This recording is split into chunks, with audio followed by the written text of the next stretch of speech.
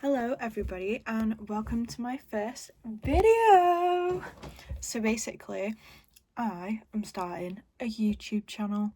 My name is Alicia, I'm from Manchester and I'm an artist, and hopefully you'll stay along to hear me talk about my favourite authors and some of my favourite books and what I'm going to be reading over the next couple months.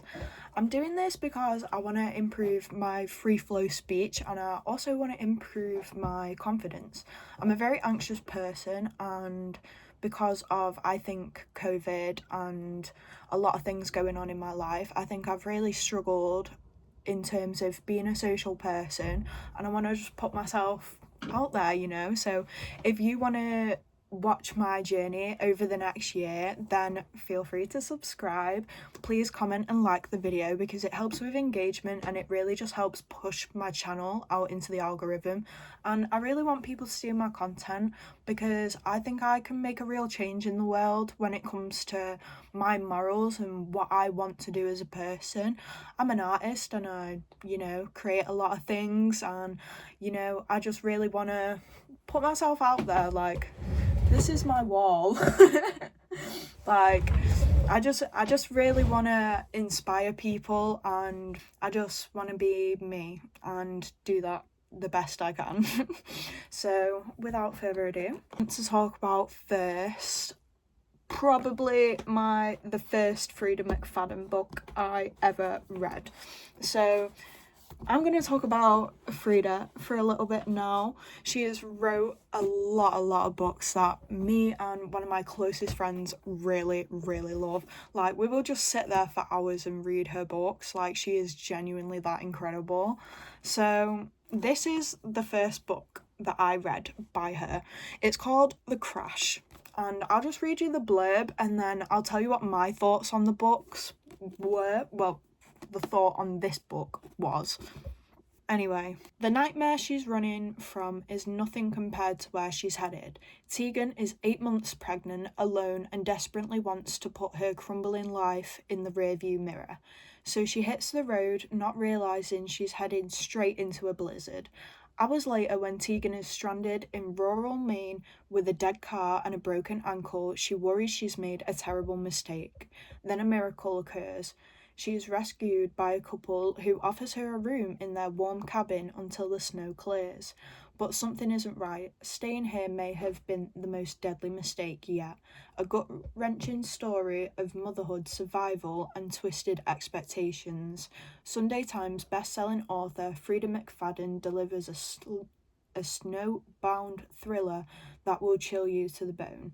Yeah, so that is the blurb of this book. I kept stuttering then.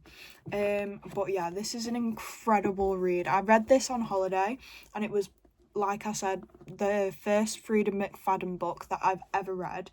And to be honest, I thought it was really thrilling. Like, I was on the edge of my seat the entire time I read this book, and it is ultimately what, like, had a hold on me and made me want to read so many of her books. Like, she's just an incredible writer, and she has this way of, like, enticing you into the story, and it's just really incredible. And so yeah, that's The Crash. I thought I really didn't like a lot of the male characters, I'm gonna be honest, but then yeah, I can't talk about that. No spoilers in this video. Read it, it's so good. Yeah, next one is The Housemaid, because the new movie just came out. So yeah, this is The Housemaid.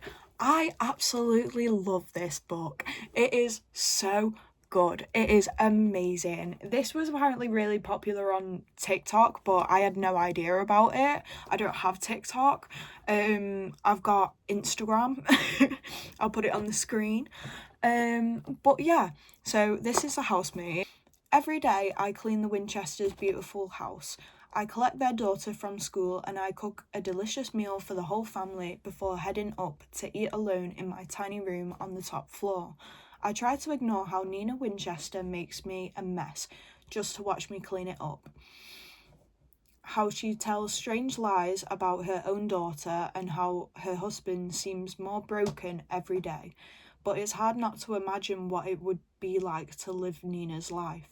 The perfect walk-in closet, the fancy car, the perfect husband. I only try on one of Nina's pristine white dresses once, but she soon finds out, and by the time I realise my bedroom only locks from the outside, it's far too late. But the Winchesters don't know who I really am, and they don't know what I'm capable of. And I watched this in the cinema the other day with my best friend, and we knew that Sydney Sweeney was starring, but oh my god, my opinions on it were really mixed. I'm gonna be for real. Like, I'm not sure if it captured how I felt when I read the book, and I know that's really like personal thing, but it felt too high production. I really didn't like the first half of the movie, and then the second half really pulled it back in for me. Like, I would say it was like a solid 3.75 stars out of 5, because I really did not know how I felt about it in the first half of the movie. Like, everything was just so... Do you get me? Like, I don't know how to describe it, but yeah, that's The Housemaid. Love that book. Next, let's talk about Ward D. So this is another incredible book by Freida Mcfadden. It is about this like mental asylum, basically. I'll read you the blurb. All she has to do is make it through the night shift. Ward D is the hospital's mental health unit, and as a medical student, Amy is required to gain experience on the floor. But little do her colleagues know, it may force her to confront a past she's fought hard to forget. The night starts, the countdown begins. As the hours tick by, Amy grows increasingly convinced something terrible is happening within the ward's tightly secured walls. When patients and staff start to vanish without a trace, it becomes clear that everyone on the unit is in grave danger. Amy never wanted to spend the night on Ward D. Now she might not make it out alive. In Ward D, the Sunday Times best-selling author Freida Mcfadden delivers a tight-locked room thriller that will make you want to leave the light on. The twist in this book, I can't even describe to you the level of just like shock that I felt. Like, it was just unreal. Like, I really struggled to get into this book at first. I thought I wasn't gonna like it. I'm gonna be so honest. It took me a little bit, but it turns out I was just in a reading slump. It was fine.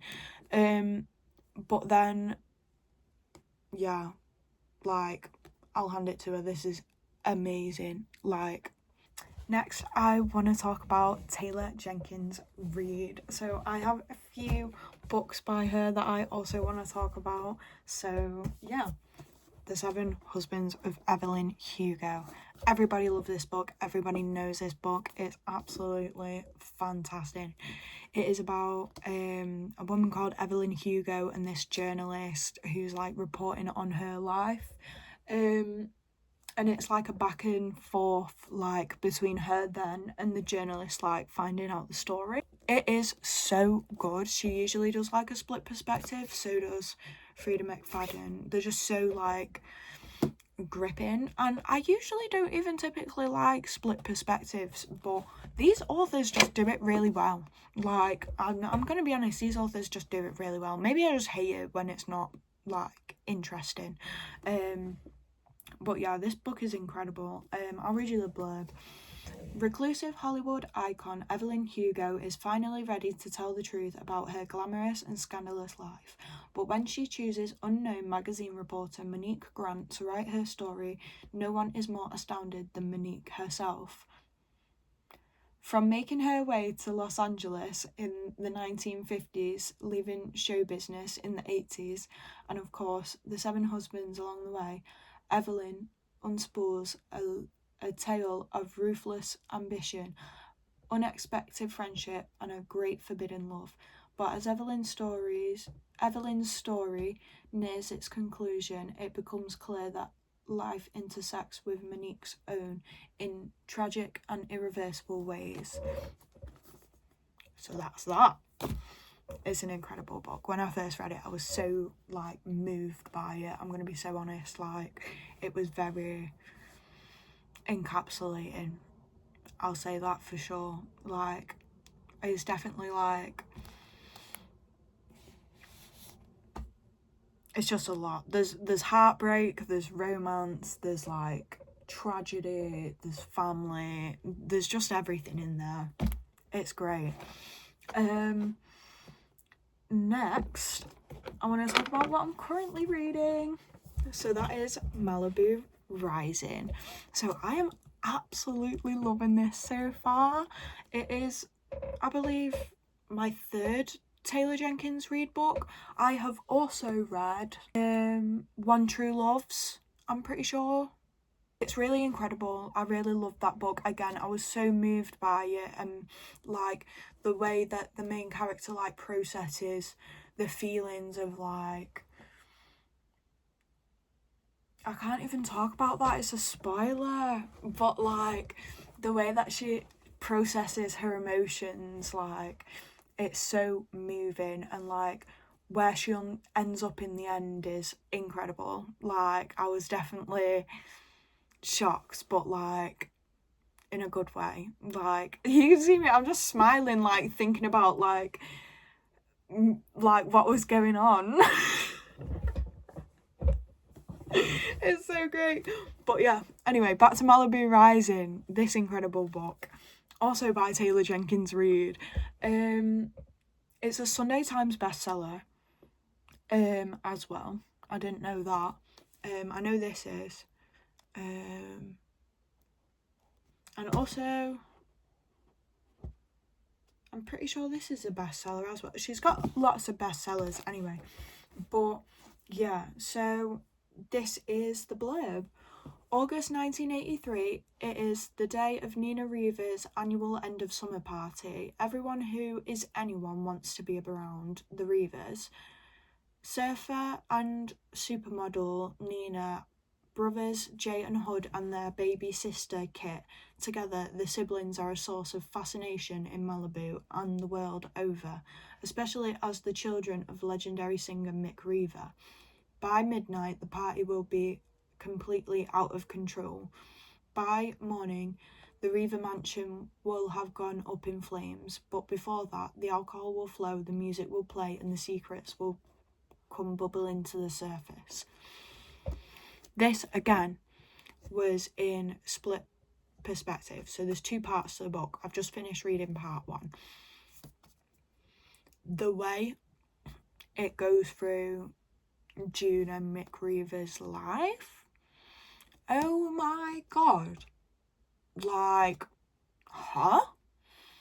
I was like reading this like that asshole, you know? Like, yeah, that asshole. And also, like, just the way that she describes these, like, hard, tough times that Nina and June had to go through. Like, it's really gripping, and it's so telling. And I'm like almost finished it.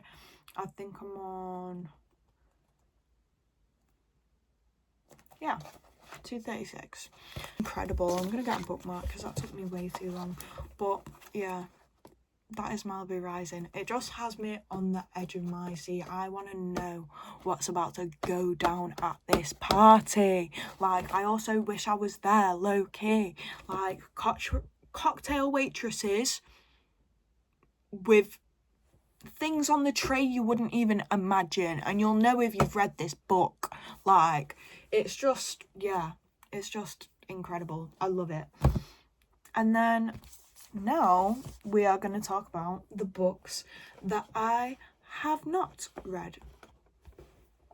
These being books.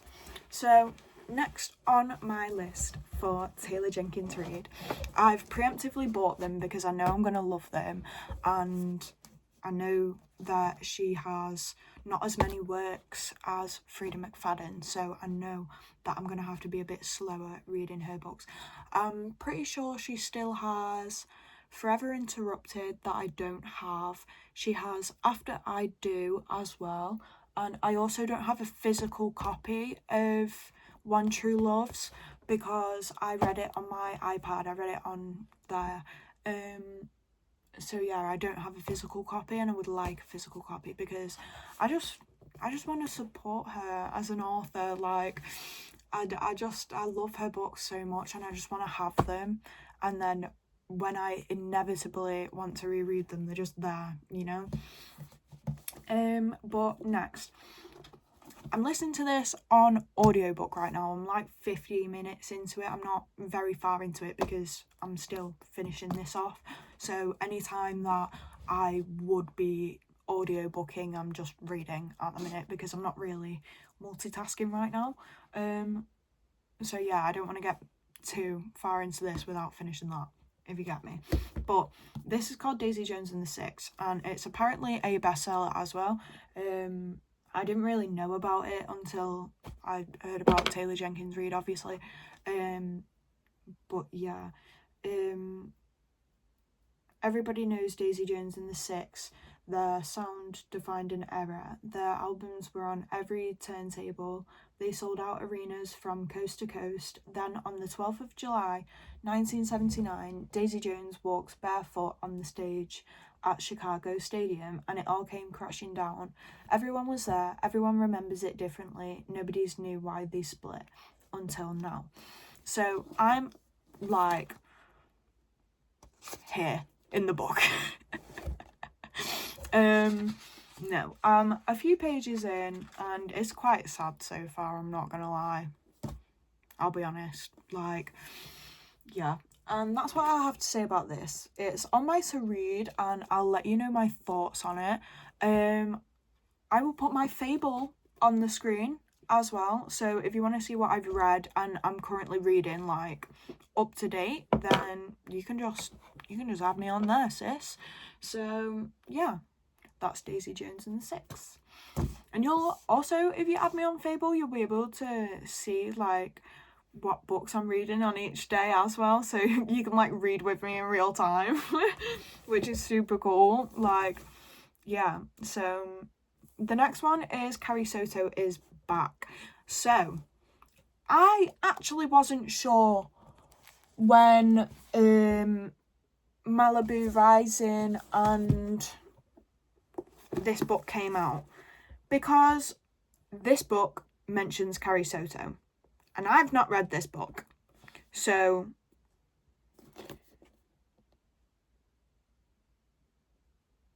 oh wait, no, this came out second. Right, we're chilling. This came out second. But I was like very confused. So I don't know if it's going to go into her story in here. I hope. Well, obviously it's going to go into her story. It's called fucking Carrie Soto's book. But anyway, I really want to know more about this lady. And I know she's a tennis player, and I know it's like a what's it called? Like a female like STEM romance like kind of vibe. Carrie Soto is the greatest player the world has ever seen, but 6 years after her last match, she watches a young British tennis player steal her world record, and Carrie knows she has to go back and reclaim her rightful place at the top, even if the world doesn't believe in her, even if it almost breaks her. This is a story about the cost of greatness and the burden of fame. The fight for a place in history is about to begin. So it's basically Marty Supreme. The female Marty Supreme. We already been on that shit. Yeah. Next. So these are my books by Freida Mcfadden that I've yet to read. I have quite a lot because she has a lot of works, and it's going to take me a long time to get through them, and I know I'm going to love these, so I want to ration them. I'm pretty sure she has a lot of books that I can't remember off the top of my head that I don't have, but I know some of them are The Tenant. I know I don't have The Surrogate Mother. I don't have, I think there's one called like The Boy Upstairs. I don't even know, but yeah, the books that I have are The Teacher, One by One. My best friend got me this. The Boyfriend, I got this from a charity shop, and The Perfect Son. And I bought this at the works the other day. It was very cheap. It was like £3. So yeah, those are my books, and I'm really excited to read all of them, to be honest. The one that sticks out to me the most are probably The Teenager, The Teacher and The Boyfriend, probably because they just seem like really interesting concepts for her, like hospitals and creepy roommates and like that kind of thing. But I don't really see the school setting, so I am very excited to see how that plays out. And also the cover is really cute. I know you shouldn't judge a book by its cover, but still, I mean, look at that cover. And it is an amazing book, and it's got an amazing cover. Props to the cover designer for this book, who is Henry Petrides. Images, Shutterstock. Props to him. And also props to the book designers who designed this cover as well.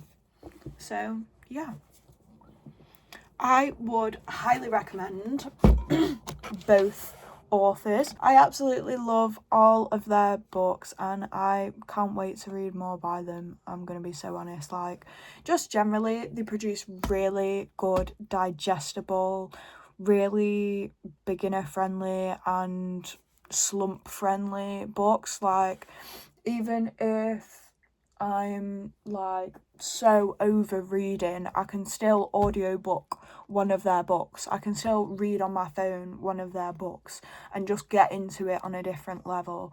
And you know, like, I feel like Freida specifically, and even The Seven Husbands of Evelyn Hugo, massively got me out of a book slump in the past, like, just because of how well that they write as authors. The glazing needs to stop, but fully, these authors, the GOAT, and you should really check them out. But yeah, that is the end of my video. I am going to leave it there because I feel like I've rambled on enough. So yeah, if you want to check me out on other social media platforms, so I'll see you later, guys. Please subscribe.